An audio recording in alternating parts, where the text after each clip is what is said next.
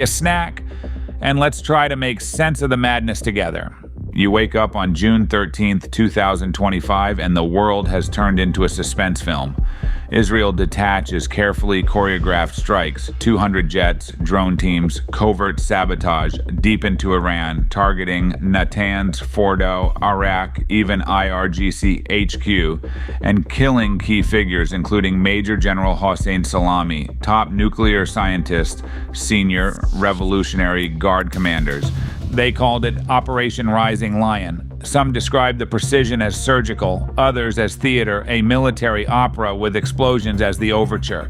By evening, Iran launched Operation True Promise 3. Over 450 missiles, hundreds of drones striking Tel Aviv, Haifa, Rehovot, Bat Yam, Bnei Brak, and even the U.S. Embassy in Tel Aviv. The Iron Dome, David's Sling, Arrow 2, 3, Israel's defense radar had its stern face tested. Still, outlets report at least 24 killed, hundreds wounded, including a 10-year-old boy in central Israel, 5 killed in Haifa, and Ukrainian workers at Rehovot's Weizmann Institute caught in the blast. The human toll pierced deeper than numbers. Tamra, an Arab town north of Haifa, 4 women and girls killed in a single strike. Funerals drew the entire town. Beersheba's Soroka Medical Center, a Sagil missile, nicknamed Near Miss Massacre, blasts a hospital ward, causing chemical leaks and terrifying rubble. 50 injured. A nurse cracks, "We checked missiles like we check fevers." Grim coping. Across Iran, Tehran reels 650 to 657 dead, inclusive. 263 civilians. Over 2,000 wounded. Hospitals overwhelmed. Described as a bloodbath, especially at Imam Khomeini Hospital. Amid smoke and sirens, lives flicker. Tetiana Karakova, a Ukrainian exiles-turned-Israeli, loses 5 friends in Tel Aviv. A displaced Iranian teen records, "I ran, but even my phone can't run. They've throttled everything." Entire families scrape into ad hoc bomb shelters at train stations, malls, parking garages, some with mattresses, pets, toddlers in tow. Commuters in Israel now live subway by day, shelter by night. One Riley texts, "Zoom fatigue's replaced by missile fatigue."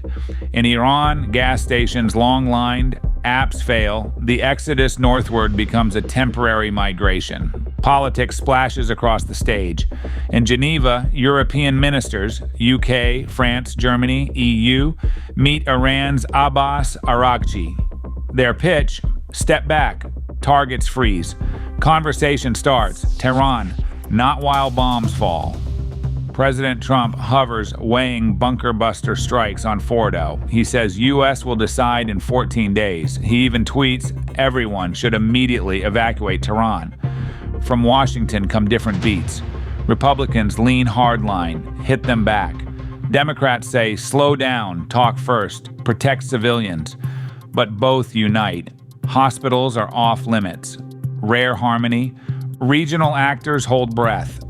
Hezbollah told to back off or face consequences. UN Guterres warns escalation threatens global stability.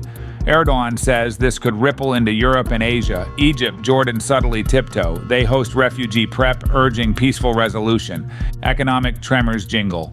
Oil spikes 10%. Dow dips 1.8%. Gold and Swiss franc surge. Israel's defense budget now absorbing a $1.5 billion strain. Amid the human chaos, in Tamra, survivors hushed. If I died with them, maybe I sleep easier. That raw grief lingers. Tehran kids post TikToks, masked, hiding, where is mom? Parents scroll, pray, panic. In Beersheba, a cafe owner handed out free coffee to shelter dwellers. If they think this is war, I'll fight back with caffeine. As you settle into bomb shelter-sized reading pace, here's the brutal rhythm. One day up, Israel strikes. One day back, Iran missiles. Pray for silence, rinse, repeat. And we're a week in. Where does it go? Diplomatic clock ticks. Geneva talks are fragile at best. Trump's 14-day window may end with a choice, bombs or bargains. Regional flashpoints. Syria, Yemen. Houthis, Hezbollah, they're watching. Just one misstep and conflict balloons. Humanitarian concerns. Gaza's man-made drought didn't evaporate. UN fears multiple regions collapsing at once. In both nations, life fractures. Families count survivors instead of candles. They whisper bed, food, water in evening prayers. They text loved ones goodbye. They ration love like supplies. Still, humor persists. A father in Tel Aviv says, "Told my daughter bedtime story. Now I start with if the Iron Dome fails." In Tehran, someone jokes, maybe next evac bag should include Wi-Fi boosters. This is day 7, but feels like much longer. Reading slowly, processing each line, you're halfway through a minute pulse of this conflict. So here's the last thought to carry. The real battle isn't on maps, it's in homes. Whether you're Republican-leaning, Democrat-driven, or just human, it's time to demand the next moves. Spare hospitals, shelters, civilians. Push for ceasefire, not headlines. Let negotiators, not generals, set the tone. Under the rubble and the sirens, remember, escalation or empathy. One choice leads to more missiles, the other to more humanity. Let this story at least inspire second guesses before the next strike. And maybe, just maybe, after you finish listening, you'll pause and demand peace louder than any siren. So now we've seen the fire. We've followed the missiles, the evacuations, the protests, the funerals. We've listened to the diplomats speak in circles and the generals speak in threats. But let's shift the lens. Let's take a breath. Because if we're not going to end up in a deeper hole, someone, somewhere, has to talk about the latter. Resolution. What does that even mean anymore?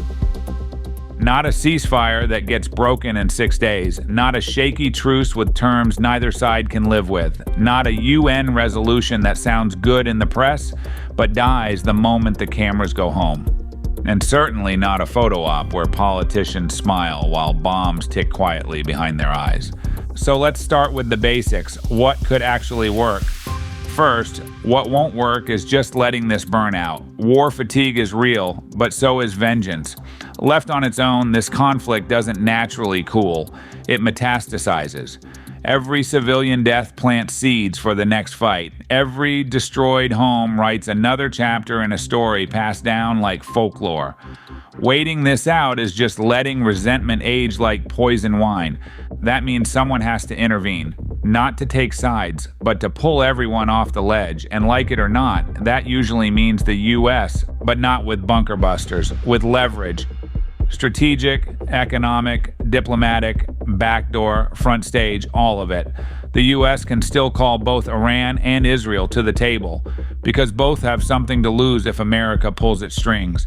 Start with small demands. Establish red lines that aren't rhetorical but real. Hospitals off limits, non-negotiable. Civilian infrastructure, hands off. No use of long-range drones in populated areas. No targeting of foreign nationals, journalists, humanitarian convoys. Then build from there. Next, back-channel diplomacy. The most successful breakthroughs in modern history didn't happen on stages. They happened in quiet rooms. Oslo, Camp David, the Iran nuclear talks of 2015. Everyone trashed those talks publicly until the ink dried. Do it again. Let Alman, Switzerland, Qatar, states that maintain relations with both sides, host these meetings. No press, no podiums. Just officials who can offer something more valuable than words, guarantees. Then comes the part nobody likes, concessions. Israel may need to agree to halt all future airstrikes beyond a certain range, possibly pulling back from Lebanese or Syrian border action. Iran, in turn, would need to completely halt enrichment over 60%, permit inspectors back into key nuclear sites, and suspend missile development for the duration of talks. Both would hate it. Both would survive it. And the international community? They need to stop offering strongly worded statements and start offering serious incentives. Sanction relief on the Iranian side, but only tied to compliance. Defense agreements and aid packages for Israel, but conditional on restraint. Some will ask, why reward bad behavior? But that question misses the point. This isn't about rewards, it's about stopping a slide into regional catastrophe. If incentives get you there, then use them. If pressure gets you there, then apply it. Most likely, it's both. Now, a tricky piece, public psychology. Both the Iranian and Israeli populations are under immense emotional strain. Israelis live in existential fear, missiles overhead, a neighborhood erased. Iranians are exhausted by economic collapse, international isolation, and leadership they feel disconnected from. Any peace plan has to be explained, not just to leaders, but to the people. And that means one thing, transparency. No more, we agreed on a process, with no details. The public isn't stupid. They'll sniff out spin. They want clarity. What's being discussed? What's being given? What's at stake? Diplomacy needs a PR strategy, plain and simple. People can handle hard truths if you talk to them like adults. And here's an idea no one ever wants to say out loud. Let trusted military experts be part of peace planning, not just diplomats. Because if they understand the battlefield, they can help define peace in a way that isn't just theory. They know what de-escalation really means. They know where the fault lines are. And maybe the most important step, redefine victory. Victory isn't one side standing over the other's ruins. That's not victory. That's just a longer funeral.